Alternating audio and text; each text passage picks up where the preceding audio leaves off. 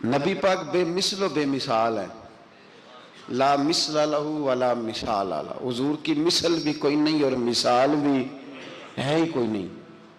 اللہ کریم نے محبوب جیسا دوسرا بنائے کوئی نہیں۔ سمجھنی ہے بات آپ نے، حضور میں شک کوئی نہیں پر ابو جہل نے شک کیا، نبی پاک میں شک کوئی نہیں پر ابو لہب نے شک کیا، حضور میں شک کوئی نہیں پر عتبہ اتیبہ شیبہ ان کا شک آخر تک نہیں گیا، حالانکہ حضور میں کوئی شک دور کرانے بھی آئے تو شک نہیں گیا، ایک دفعہ نہیں کئی دفعہ، درجنوں دفعہ، بیسیوں دفعہ۔ ایک ابو جہل کو لے لیں، دماغ میں شک تھا حالانکہ حضور میں کوئی شک نہیں۔ ایک دن آ کے کہنے لگا کہ بتائیے میری مٹھی میں کیا ہے، تو نبی پاک صلی اللہ تعالی علیہ وسلم نے فرمایا اگر میں نے بتا دیا، کہنے لگا اگر آپ نے بتا دیا تو میں کلمہ پڑھ لوں گا۔ حضور نے فرمایا میں نے بتا دینا ہے پر تو نے کوئی نہیں پڑھنا، میں بتا دینا ہے۔ کہ بتائیے، تو حضور نے فرمایا چل سودا کر لیتے ہیں، اگر جو تیری مٹھی میں ہے وہی بتا دے پھر تیرا کیا خیال ہے؟ تو نبی پاک صلی اللہ تعالی علیہ وسلم نے کہا کیا بھئی ابو جہل کی مٹھی میں؟ تو اس کی مٹھی میں کنکر تھے، کنکروں نے کلمہ پڑھنا شروع کر دیے۔ جب کنکروں نے کلمہ پڑھا، پتھر تھے وہ، انہوں نے کلمہ پڑھا، ابو جہل نے وہ کنکر زمین پہ پھینکے کہنے لگا اوہو تیرا جادو تو پتھروں پہاڑوں پہ بھی چلتا ہے۔ اب جملہ کہنے لگا ہوں سمجھ لینا، ابو جہل گوشت کا آدمی تھا، کنکر پتھر تھے، پتھر کلمہ پڑھ گئے، گوشت پوشت کا آدمی تھا پر کلمہ، کیونکہ یہاں کیا تھا؟ شک، اس نے آگے نہیں بڑھنے دیا، گوشت پوشت کا شخص ہو کے پتھروں سے آگے نکل گیا۔ نبی پاک صلی اللہ علیہ وسلم کی خدمت میں آیا، بلکہ وہ جو یہودی والی روایت ہے اس کے پس منظر میں بھی بعض محدثین نے لکھا ہے، اس کو بھی اسی نے بھیجا، کہنے لگا جاؤ نبی پاک سے جا کے کہو اگر وہ درخت آپ کا کلمہ پڑھے تو میں بھی پڑھ لوں گا۔ درخت، اب درخت ہوتے تو جاندار ہیں پر کلمے تو کوئی نہیں نہ پڑھتے، درخت سے بھی تو انسانوں سے کلمہ پڑھنے کی بات، اگر درخت پڑھے تو میں پڑھ لوں گا۔ نبی پاک صلی اللہ علیہ وسلم دور بیٹھے تھے، درخت دور تھا، اور امام سیوطی علیہ رحمہ نے لکھا ہے درخت بھی کیکر کا تھا۔ نبی پاک صلی اللہ علیہ وسلم نے فرمایا اس یہودی سے کہ تو جا کے درخت کو کہہ کہ تجھے نبی پاک بلاتے ہیں۔ فرمایا میں گیا تو پھر تم نے کہنا جادو کر کے بلایا ہے۔ احتیاط بھی کی، ہر چیز آنکھوں کے سامنے رکھی، تو جا کے کہہ کہ تجھے بلاتے ہیں۔